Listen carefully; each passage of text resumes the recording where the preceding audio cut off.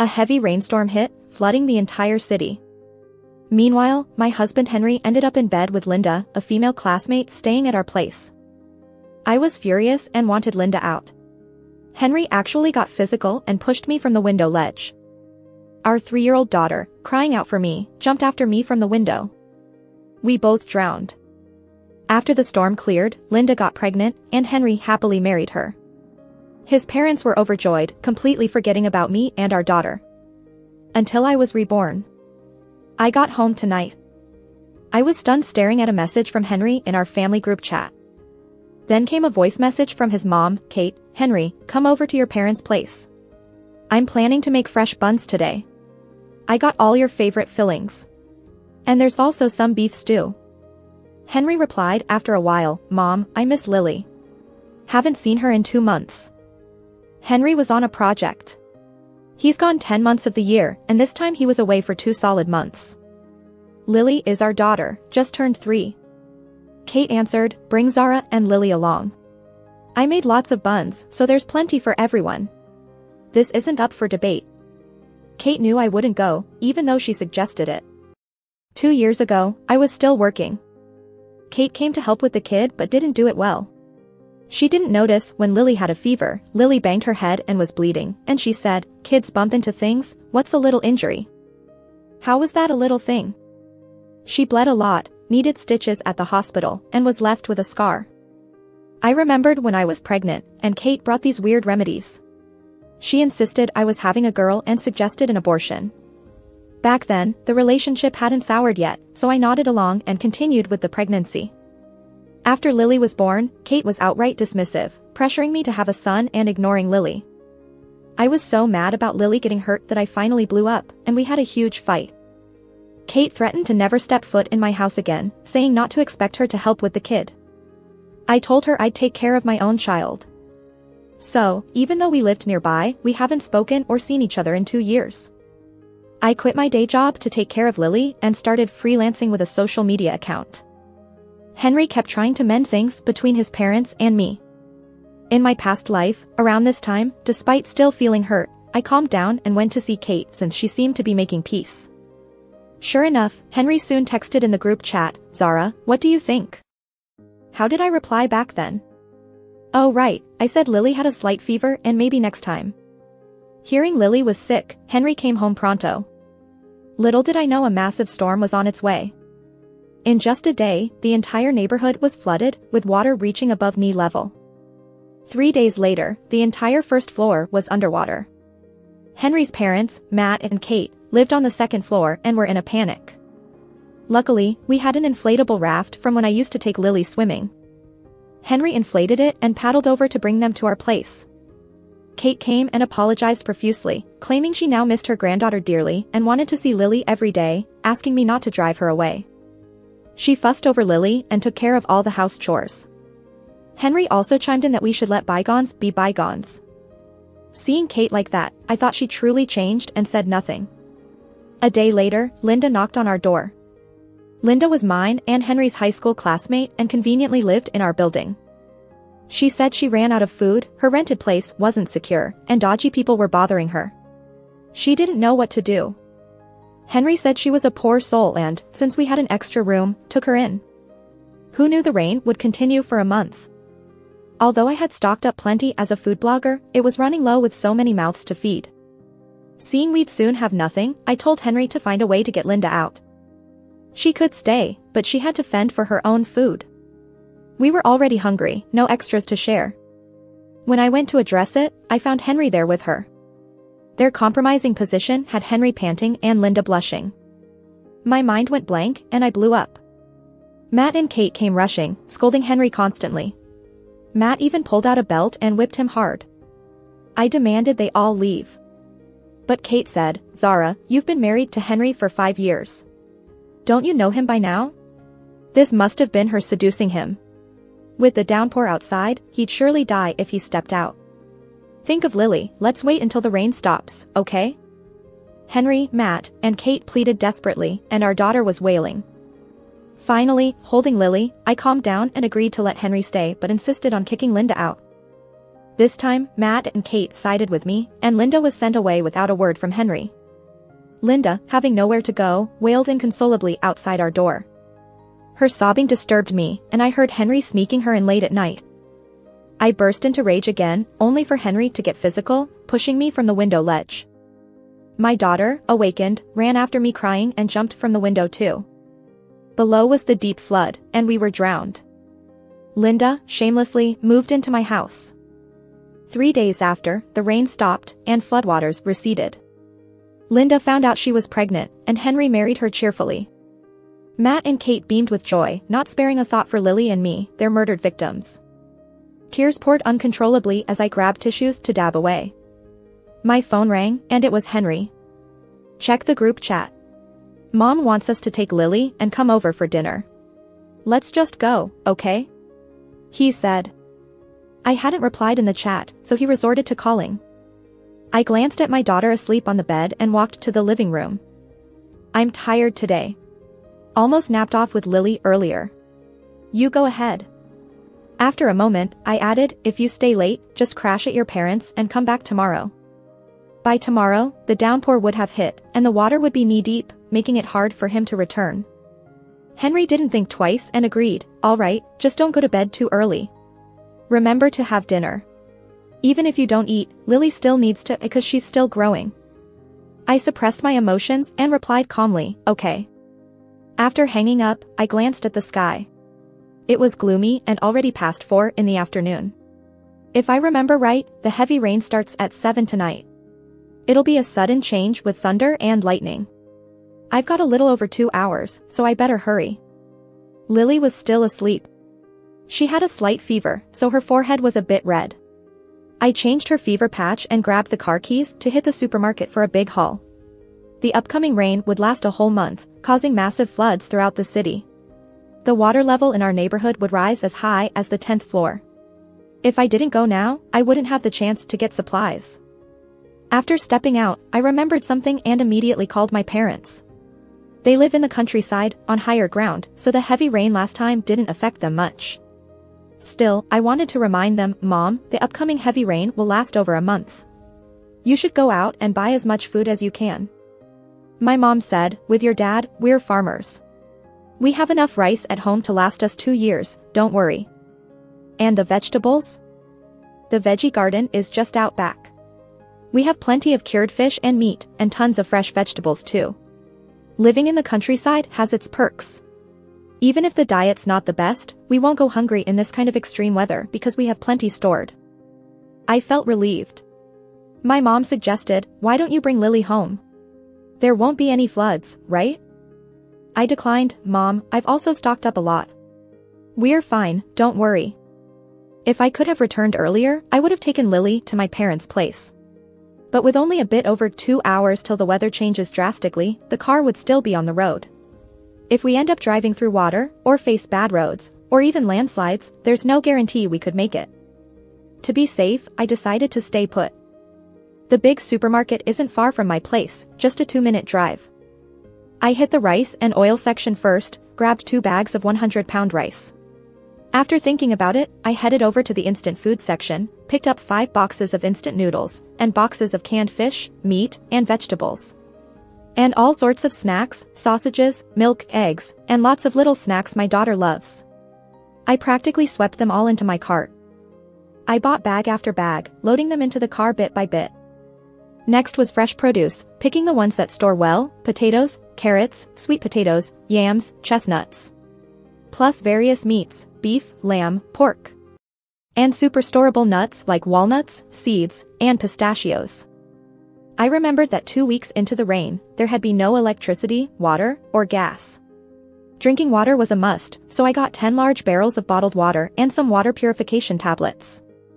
My car was packed, trunk and back seats, even the passenger seat. With a car full of supplies, I headed back, wheeling cartloads upstairs. I piled everything in the living room, and Lily walked out of her room. She was awake. Mom, where did you go? My heart ached seeing the scar on her forehead as she stood there in her pajamas. I wrapped her in a hug. Lily, Mommy has to go out and get some more stuff. Can you be a good girl and stay home? She refused. I don't wanna, Mom. Be good. I quickly switched on the TV for her. Watch some cartoons. Mommy will be back real soon. Only then did she settle onto the couch. I headed back out for more shopping. Lily's health isn't great, so medicines are a must too. I hit the pharmacy and got fever reducers, cold medicine, antiviral drugs, immune boosters, anything I could think of for day-to-day needs. I also picked up 2 special meds just in case. Then I swung by the market for 2 canisters of natural gas and a couple of gas stoves.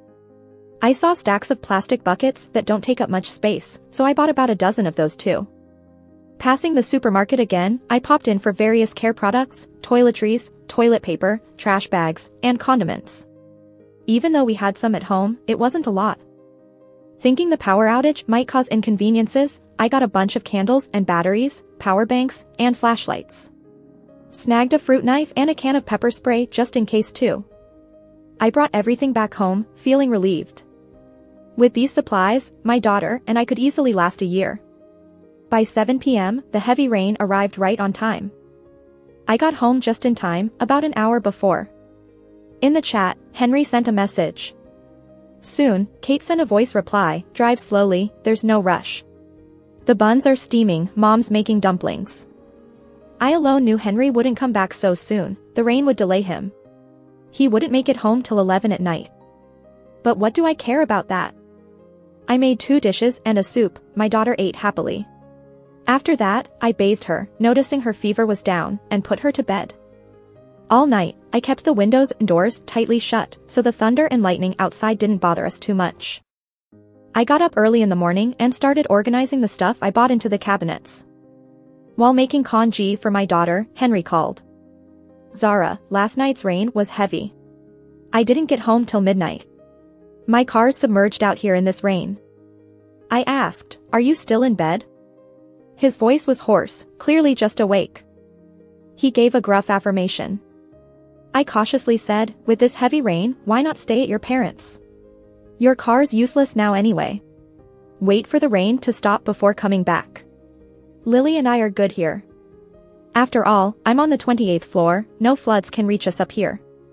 Before Henry could respond, I heard Kate's voice, we've been telling you to stay here. Why insist on going back?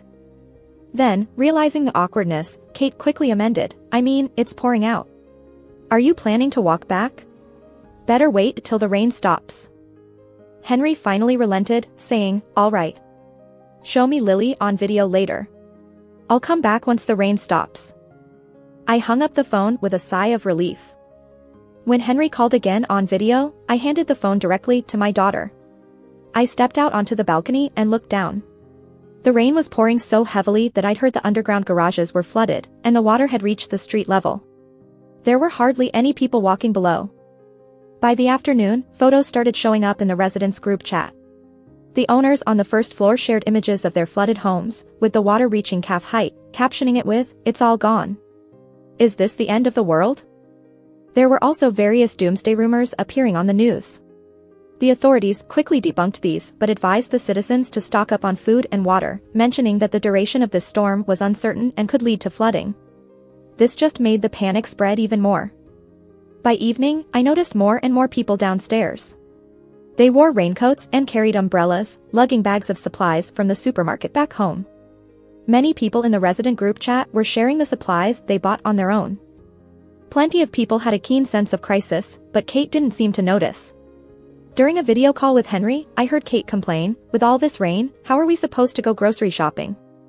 We may not lose water and power immediately, but I still filled over 10 large buckets with clean water and stored them in a spare room. Once the water ran out, the only option would be to collect rainwater. But it's not clean, and later on, a lot of people in the building got sick and ran out of medicine. It was a mess.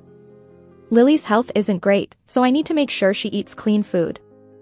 3 days later, the entire first floor was flooded. The first floor residents moved up to the third floor because they had good relations with those living there, and the third floor was willing to shelter them. Henry was almost losing it, not expecting the rain to fall heavier and the water levels to rise even more.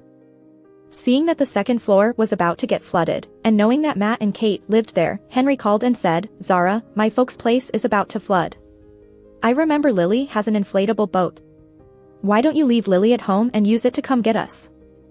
Of course, he thought of this. I quickly found the inflatable boat in the closet, grabbed some scissors, and shredded it to pieces. I snapped a photo and sent it to him. Is this what you're talking about?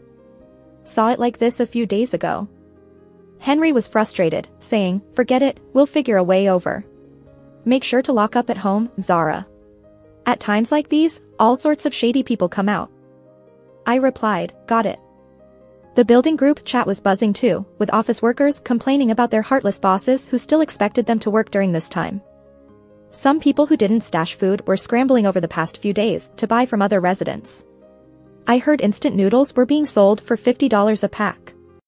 Henry then added, do you remember Linda? She lives on the 12th floor. She's been working from home the past few days. Her place was just a rental, and no one cooked there usually. Now she's running out of snacks. Plus, there are some unsavory characters bothering her, and her door isn't sturdy.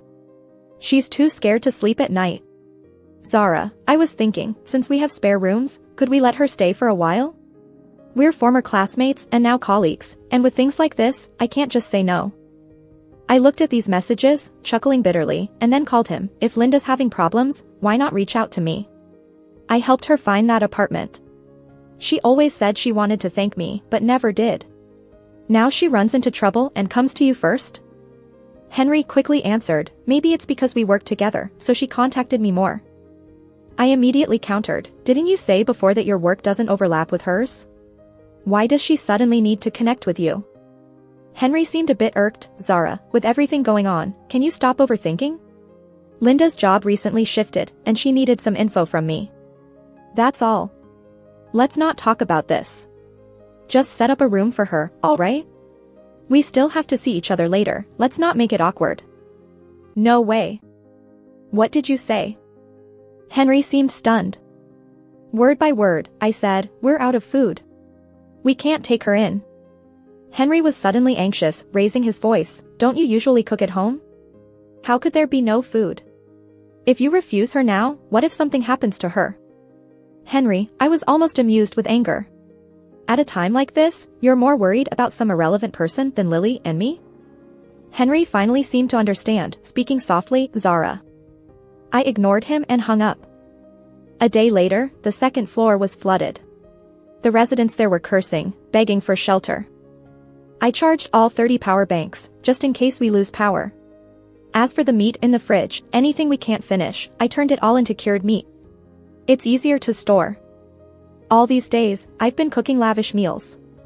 Lily is eating well, getting all plump. As things get tougher in the building, it's best not to cook at all. Once you start, the smell will attract those desperate for food, and they might do anything. That night, I got a call from Linda.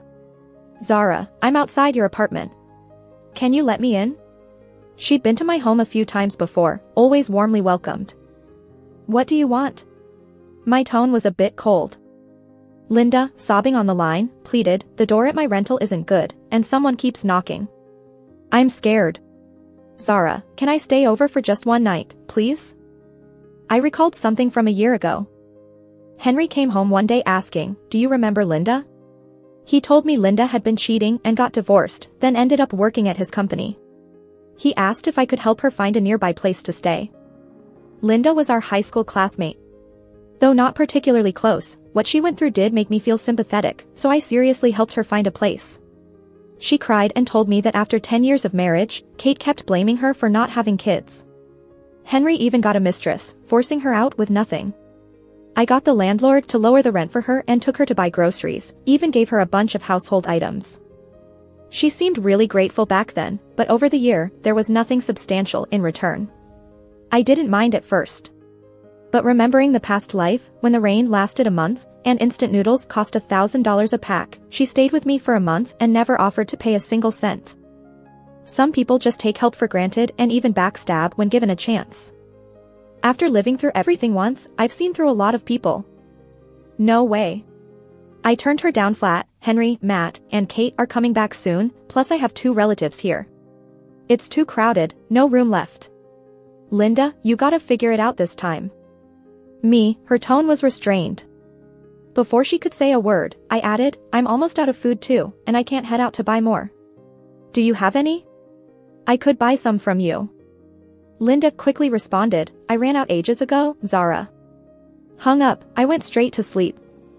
The next morning, I saw Linda's message in the building's group chat, no food at home, gonna starve at this rate.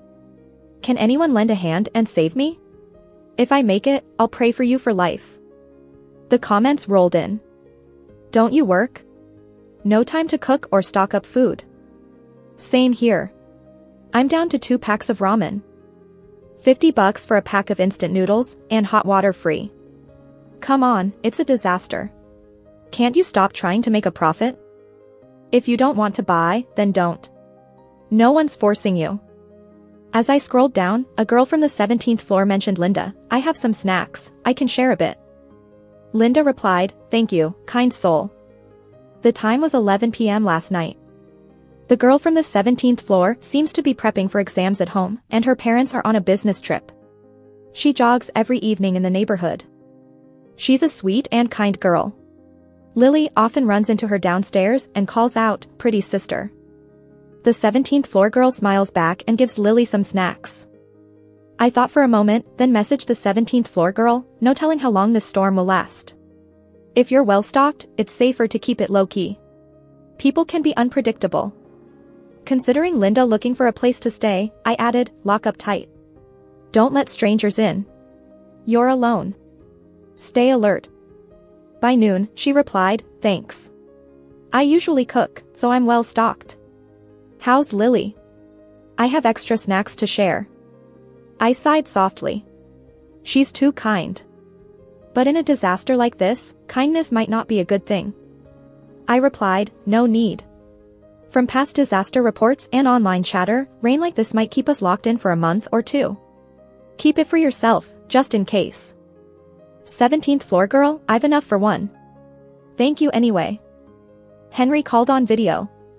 I answered unwillingly. He said they've moved to the 4th floor. The family there offered a room but demanded $5,000 and $100 each daily for food.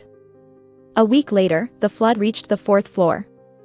Henry was frantic on the phone, Zara, tons of people in your complex. Think you can borrow an inflatable boat? Things are bad here. We're all crowded in the hallway, paying $200 just to charge a phone. I looked down from above and saw an inflatable boat paddling. Our complex is new, with tall buildings and lots of residents. It's normal to have it all. Matt and Kate's area is different. Old complex, only up to 7 floors, mostly elderly. Though cooking is common there, so food shouldn't be scarce. I played dumb, didn't see anything, I protested. Kate snatched the phone, are you blind? I saw one this morning. I retorted, then why didn't you hitch a ride over? Kate yelled, too far, with lightning, they couldn't hear us. I hung up. If they can really make it here, that'd be a start. In the chat, more and more people were begging for food and water. Now folks are selling food at $300 a bowl, and it's still not enough. Heard the inflatable boat belongs to a guy on the 36th floor. He's a strong swimmer and paddles out to get food. Many buy from him. People stopped complaining, realizing staying alive is costly but necessary. Besides, he risks his life paddling through the storm for food. I figured I should post in the chat for food too, just in case. Then I set out to cook, only to find the water was shut off. From today, surviving will get tougher. I used my stored water to make a lavish meal for Lily and me, even cooked up a broth. No more normal cooking after that. If the smells or sounds reach others, trouble follows. I gathered all the ready-to-eat food I stocked. We'll live off those now. 3 days later, the power went out. The chat was filled with cries, are we just waiting to die? Being in a tall building, we'd die if we tried to leave, and staying just delays it. Choose one. Oh well, just let it happen. But in dire situations lacking food and water, human nature can turn dark. Later that night, a message popped up in the chat, we're outright robbing now, where's the humanity? It happened on the 36th floor. The guy found lots of food outside. Instant noodles reached $400 a pack, even a small jerky snack went for $200. The building knew he had food.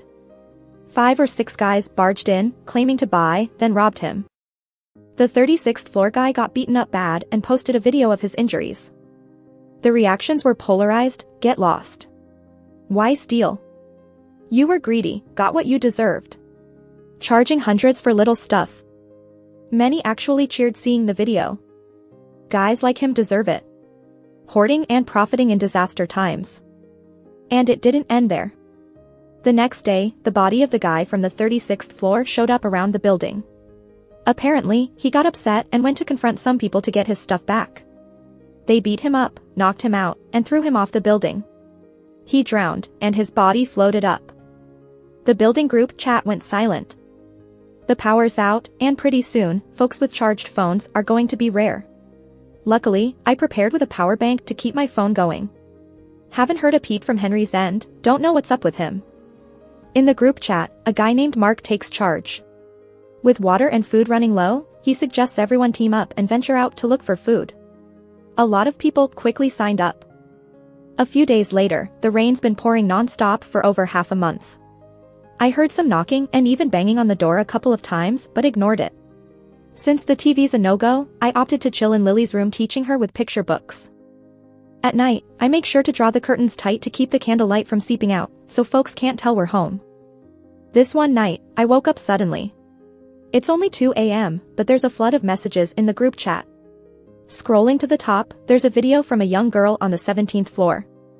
She's on the balcony, hair tangled by rain, shouting, "Back when you were starving, I shared my snacks with you. Linda on the 12th floor, didn't I give you snacks? But you came and robbed my food with your posse, leaving me with no options. Even dead, I won't forgive you." As I scrolled down, my heart pounded. The girl from 17th committed suicide by jumping. Word is, Linda knocked saying she was starving. The girl felt sorry and opened the door to give her instant noodles. But then Mark and his crew barged in and stole everything. On top of that, they said nasty things and may have even harassed her. She was driven to despair and jumped. Weren't you going to team up to find food? Why prey on your own building's people? What did that girl from 17th do wrong? She even shared her food. You pushed her to her death. Where's your humanity? There was a wave of backlash. The girl was genuinely kind, everyone knew it. If I'd seen the video sooner, I might have tried to save her. Too late now. Even Linda got called out. I saw her message below, "They forced me, I'm sorry." Mark's cocky reply was, "She had food, why didn't she share it? If everyone with stockpiles brought them out, we'd get through this. Isn't it your fault for hoarding, letting us starve? So either share or let's all die together." A troubling number agreed with him, probably those already out of supplies. Once Mark and his gang turned on their own building, everyone clammed up in fear. An anonymous message warned, "These bastards will act pitiful to get you to open up, then rob you blind. If not for the girl's video, how many more would have been duped? They won't return our stuff. We'll starve." In times like this, don't self-sacrifice, or you're just feeding the wolves. Protect yourself and your family. The chat fell silent. I couldn't sleep. Got up with a flashlight to barricade the door with the sofa and tables. Even though my security door is rock solid, I got it for when it was mostly just Lily and me at home. I felt uneasy. When putting on shoes to open the door, I heard the doorknob turn. Tensed up, I locked the door, barely breathing. Who could get in here? Who else has the key? With my palms sweating, I heard the door opening, then closing. Then a voice, "Lily, Zara." It was Henry. Relieved, I cracked the door open. Henry was outside, supporting someone. Shining the flashlight revealed Kate. They both looked terrible, drenched and exhausted, with Kate barely conscious. Henry helped Kate to the guest room. I stepped back and asked, "Are you sick?" Henry nodded. Mom's arthritis flared up. "I just have a fever, no biggie." "How's Lily?" He peered into the main bedroom and said, "I'll stay out here, don't want to spread it." Changing and hitting the couch. He grabbed clothes and headed for the sofa. Still worried, I checked the front door, then returned to sleep. The next morning, I got the gas stove going to make Lily an egg and heat milk, sharing leftover food with Henry and Kate. Henry, seeing all the food, unexpectedly snapped, "If there's this much food, why say we're low?" Baffled, I said, "With this many people, how long will it last?" Henry grew frantic, gripping my shoulders. "You said we were out of food. That's why I took some back home." But we got robbed en route. Dad got pushed into the flood and swept away, did you know? Stunned, I coldly replied, Henry, keep shouting and everyone here will know we've got supplies. Then they'll come rob us, and we'll be dead. That shut him up. I looked at him and said, you're incompetent, don't blame everything on me. He slowly sank to the ground, clutching his head in agony. Dad's dead. Zara, how can you be so cold? You said there was no food at home. When I asked you to take Linda in, you refused. It's you who said we were out of food. It all came back to Linda. I scoffed, walked to the room, grabbed my phone, and showed him what I saw last night. Your Linda is now teamed up with a murderer, breaking into people's houses to rob. Go find her then. Let her bring those thugs over and wipe out all our food. That's what you'd want, right? Henry didn't believe me. That's impossible. But as he read through the messages in the group chat, he turned pale. His phone was dead and lost, so he wasn't aware. Henry didn't speak to me all day. He just sat on the couch, dazed, but he still ate. I guess he was really starving the past few days. Even when Lily went to him for a hug, he didn't see her. I took Lily back to the room. The group chat was buzzing with messages again. Mark and his crew had somehow cataloged which homes in our building cooked often, who had stocks of food. It was obvious what they planned to do. Luckily, I'd posted in the group looking for food, saying we were out of water and supplies. So, our home wasn't on their list. That night, Kate cried out in pain. Kate had rheumatoid arthritis, and now her joints were swollen and hurting. Henry snapped out of it and rushed over, saying we didn't have any medicine for Kate and he needed to go out to trade for some. And just like that, with 3 packs of instant noodles, he left. Henry was gone for 2 hours. By 8 p.m., there was a sudden, frantic banging at our door. Lily got scared and started crying. I quickly gave her a lollipop, played a cartoon on my phone, and she calmed down. Kate stopped crying and asked in fear, Zara, are they going to break in? My palms were sweaty, but I said, I'll go check. I peeked through the peephole and saw a group of people outside. In front was Mark, holding a chainsaw but not using it yet. Beside him was another guy, smashing a chair against the door. Getting tired, he paused and asked, Mark, are we sure this place has food? We might be wasting our time if there's nothing inside. With a glance, Mark silenced him. The guy quickly pointed to Mark's chainsaw and changed the subject. I mean, we shouldn't waste electricity. There's nowhere to charge it these days. Mark didn't say anything, but another man behind them spoke up. I tracked the group's messages. They once looked for food here. Looks like they ran out long ago. Mark, ready to leave with the chainsaw, said, what a waste, let's hit the next place. I sighed in relief. But then, a female voice called out, Mark, wait a minute. My heart skipped. It was Linda's voice. I heard Linda squeeze through the others and say to Mark, I thought I heard a child crying inside. If there's a kid, it's definitely her place. If there's someone alive, there's got to be food. I went to her house before, she cooks for her kid. There's no way there's no food. Maybe even some medicine. Mark's eyes lit up, you sure? Linda hesitated but nodded, confident. Mark grinned, all right, let's trust you this once. He raised the chainsaw and turned it on. The unbearable whir of the chainsaw filled the hallway. I gripped the fruit knife tightly, my mind racing. What do I do if they actually break in? What about Lily and me? Again, it's Linda. Just then, chaos erupted outside the door, and I closely watched through the peephole. It was Henry. He grabbed Linda's shoulders firmly, with disbelief, Linda. How could you, after everything, really bring these bastards to break into my home? Linda, panicked, said, Henry, when did you come back? Weren't you stuck out there? I couldn't reach you by phone. She started crying, beating Henry's shoulders. Where did you go? I waited so long, why didn't you come back? You don't know what I... Everyone outside watched them. Even Mark, who hadn't started cutting the door yet, turned off the chainsaw, looking furious. Henry and Linda finally realized the trouble. Especially Linda, who, sobbing, suddenly stepped back in fear, looking at Mark. He's... Mark didn't wait for apologies. He grabbed Linda and slapped her, stupid. Sleeping with us isn't enough, you hooked up with someone else? He swung the chainsaw at Henry, bastard. Outside turned into a free-for-all, with Mark's group all attacking Henry.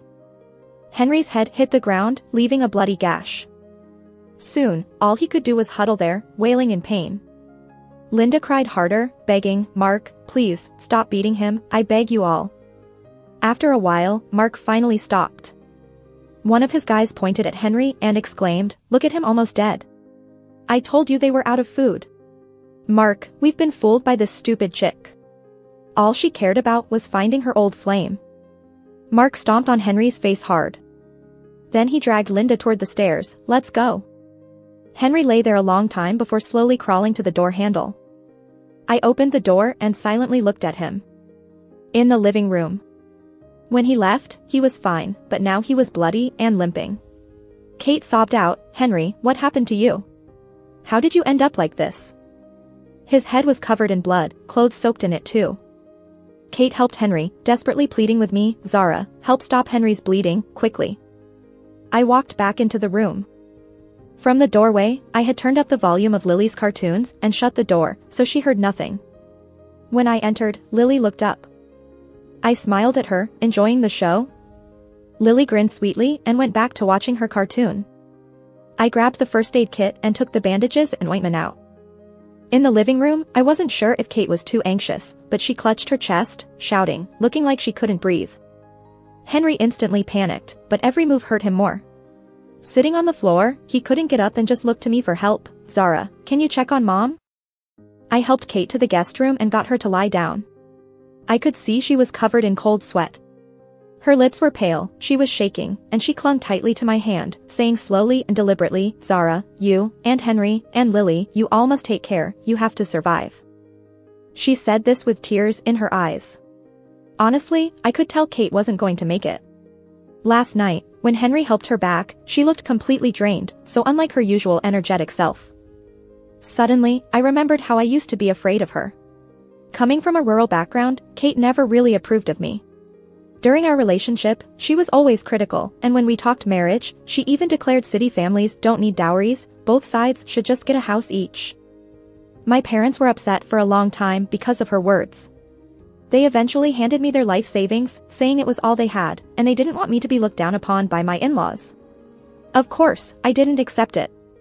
In our village, it was customary for the bride's family to receive a dowry, or people would talk. I planned to sort it out myself and pretend Henry was giving it. When Henry found out, he felt so bad for me, telling me he'd handle it, saying he had saved some money, and I didn't need to worry. Back then, I was touched, thinking he cared about me. I later realized, if he truly cared, why did he stand by while Matt and Kate criticized me repeatedly, just to step in at the end and play the hero so I'd be grateful? Unfortunately, I figured it out too late. That night, Lily was peacefully asleep. I turned on my flashlight and went to the living room. A candle flickered softly there. Henry's wounds were bandaged. He had lost a lot of blood, especially from the gash on his forehead, which I had treated with a ton of hemostatic powder. Both his arm and thigh were bleeding badly. His bones seemed broken or misaligned, and it left him unable to sleep, just staring at the ceiling. I brought him a cup of medicine and he drank it in one go without questioning it. Then he asked, "How's Mom?" I replied, "Probably an old illness kicked in and caused complications, leading to respiratory failure. She's gone." I watched him as he processed this. Henry suddenly seemed desperate to get up, but he couldn't. Tears streaming down his face, he reached out, "Mom." After a moment, he grabbed my hand, pressing it tightly against his face, murmuring in agony, "Zara, all I have left is you and Lily. Mom and Dad are gone, Zara, it's just you now." He was sobbing so hard. I had never seen a man cry like that. I used to really care about him. Whenever he returned from a business trip, I would know his arrival time and prepare his favorite meals, have his clothes washed and ironed. He never had to lift a finger around the house because I took care of everything for him. I knew his job was tough, so ever since Lily was born, I've handled everything myself, juggling work, raising the kid, and supporting him without complaint. But now, watching him fall apart, I felt remarkably calm inside. Maybe even a bit annoyed that he was soiling my hands. I pulled my hand away and said, "No. You'll soon join your parents." Henry seemed not to understand, pausing, "What?" I repeated it. Henry suddenly panicked, gripping my hand and trembling all over. Zara, what are you saying? I asked him softly, how long do you think you have left? Henry seemed relieved, barely smiling. I know I've lost a lot of blood and feel like I'm falling apart, but I believe I'll make it. He paused, still holding my hand tightly. Zara, it's all thanks to you. Thanks for preparing so much food and the hemostatic powder. You even bought gas tanks and a stove. Others can't cook, but we can because of your preparations. As long as we stay in, with clean food and water, we won't starve. Once the rain stops and the flood recedes, rescue will come. We, with Lily, will make it. He was speaking with hope, but as he continued, his voice faded. He loosened his grip on my hand. Zara, why do I feel like I have no strength left? Just a moment ago, I was fine. Now, I can't even lift a finger. His words were barely a whisper, every sentence seeming an ordeal. I watched him calmly. I used to work at a hospital and knew about medications. I know what can make someone weak or even comatose. Henry seemed to catch on and asked, Zara, what did you make me drink? He tried to recoil, but he couldn't even lift a finger. I relaxed, sitting on the sofa. After a pause, I asked calmly, Henry, what's your deal with Linda? Yesterday, I saw him and Linda together, clear as day. I have eyes, and it was obvious they'd been involved way before I caught them red-handed in our previous lives.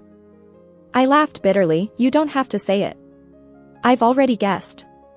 Linda had told me her ex was a college classmate, and they married right after graduation. Henry and I had a falling out the year he graduated. He vanished for 6 months, right around when Linda was getting married.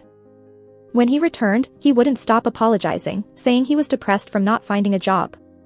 He begged for forgiveness, and I did, since I was stressed about work too. It seemed relatable, so I forgave him. Linda's marriage lasted 10 years, only ending a year ago when she joined Henry's company. Henry claimed it was all a coincidence and asked me to help her since she wasn't doing well. I did exactly that. I tied Henry up with rope and dragged him to the balcony. I opened the window, letting the storm punch against the glass and balcony. Raindrops hit his face. I put a table under the window and lifted him onto it. Henry looked terrified. Zara, what are you doing? Are you planning to murder me? His voice was faint, almost drowned out by the sound of the rain because he was too weak to move a finger. Even if I cheated, you can just divorce me. What did I ever do to deserve being killed by you? There was pleading, confusion, and mostly anger in his eyes. I suddenly remembered back then, with the same thunderstorm. I woke up groggy, sensing he got up, and heard him letting Linda in secretly. We argued loudly in the room. Matt and Kate lived next door, but they acted like they heard nothing. Zara, I can't leave her outside. She's a woman, she wouldn't survive in this weather. I couldn't believe it. Say that again, Henry. Here at home, it's either her or me. Make your choice. He said nothing, just silent. And then, we fought. He pushed me off the windowsill. Linda seemed scared and screamed. Lily woke up, saw me fall, and jumped after me. Meanwhile, Henry was comforting Linda. Memories came rushing back. I looked at Henry, who anxiously tried to grab me. Zara, think about our kid. We still have Lily. Do you want her to be without a father? That line again. In the past life, I caught him with Linda. I wanted to kick them both out. Henry said those exact words, and I softened. And he dared to say it again. I pushed him off with my foot. His cries were weak, like a kitten's, lost in the raging storm. He couldn't even move a finger. It didn't matter if he could swim, he was done for. I stepped closer, watched him fall into the flood, then calmly shut the window. Back in the room, Lily slept peacefully. After 3 days, she finally asked, Mom, where's Dad? I said, he left. She didn't notice anything was off, just accepted it. She'd gotten used to him being away all the time. The rain didn't stop for a month. I felt relieved. The rain should stop in 3 days. But when it was supposed to end, it kept pouring. The storm got worse. I couldn't help feeling anxious. A week passed and it wouldn't stop. The water reached the 11th floor, higher than the 10th in the last life. There were more bodies in the flood. I slept less, wondering if we could escape drowning in the end. Floods were destroying everything. I saw a tall building collapse nearby. Lily, oblivious, kept asking to watch cartoons. Seeing her happy, I thought, even if these were our last days, at least she was cheerful. Lily, even if it's the end of the world, you're still so happy. Mom, what's the end of the world? It's when. Lily tensed up. Mom, are you leaving me? No, I'm not. She smiled again. Then wherever Mom goes, I'll go too. I choked up. I know, sweetie. In the last life, when I fell, she jumped too. Through the rain, she kept falling, still smiling at me. I'll never forget it. A month and a half in, the water kept rising, cut off from the outside world. We stayed in the room, with just the rain and weak knocking on the doors fading slowly. One midnight, a strange sound woke me. Someone was knocking 3 times from downstairs. I turned on my flashlight. Lily was still asleep, but there were sounds by the main door, 3 knocks. I got up, walked to the door. I'd blocked it with tables and sofas. Someone was knocking, the same as from below. I climbed up and peeked through the peephole. Outside were 3 from the 27th floor. The father was keeping watch, the grandparents at my door, the grandma holding a black bag. They seemed anxious. The father asked, "No response yet?"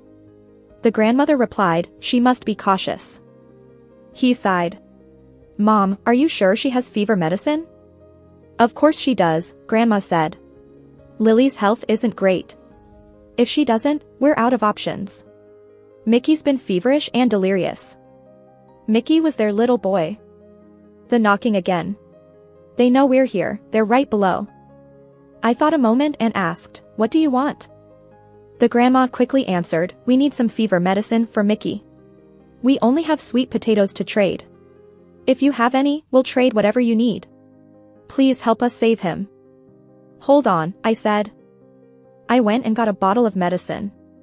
"Move to the stairs," I told them. Elated, they did as told.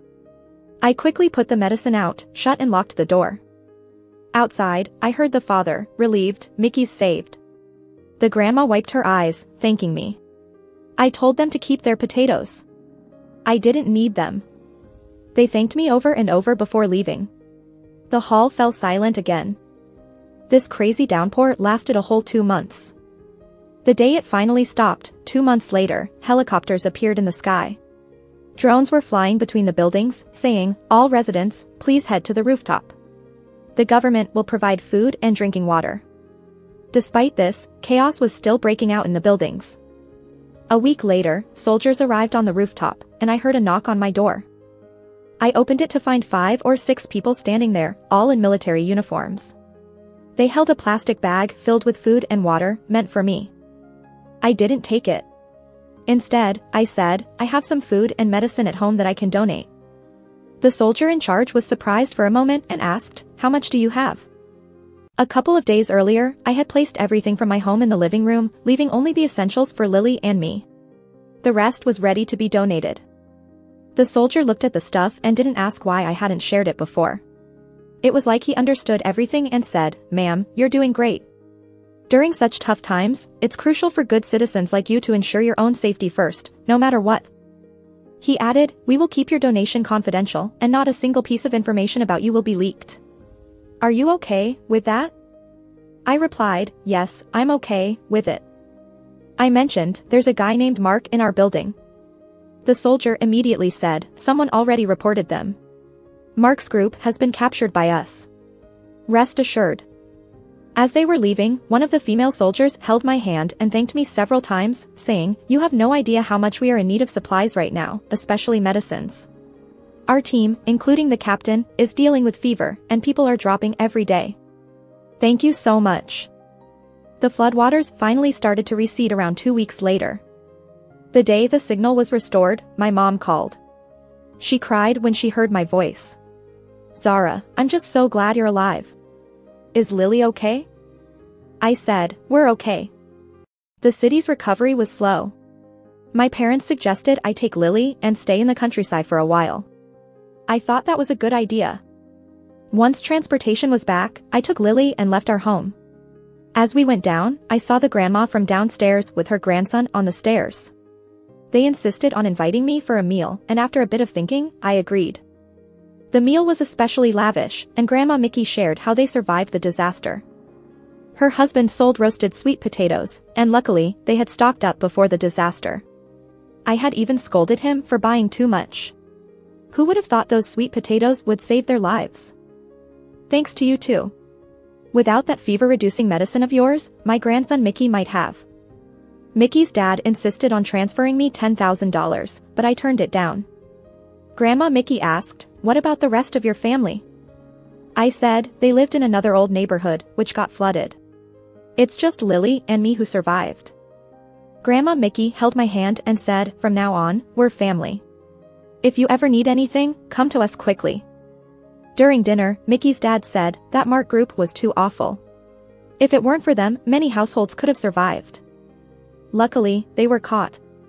Such people deserve the death penalty. Mickey's mom added, and that Linda, she played the poor victim so people would open their doors. Heard she was eventually sold by Mark to another gang and was killed.